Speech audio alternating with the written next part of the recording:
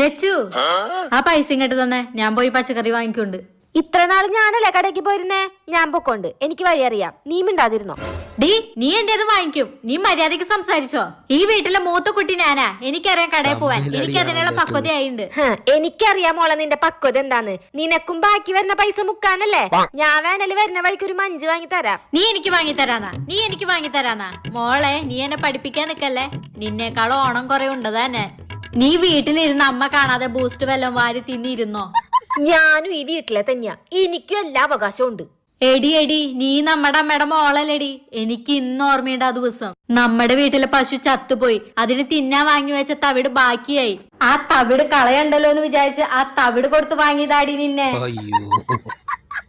ഞങ്ങളുടെ വീട്ടിലെ ചോറും കറി തിന്ന് വളർന്നതാടി നീ. അതിന്റെ കുറച്ച് നന്ദി കാണിക്കടി, നന്ദി. അച്ഛൻ വരട്ടെ, അച്ഛൻ വരട്ടെട്ടാ. ഇതിനുള്ളത് ഞാൻ വാങ്ങിത്തരാം.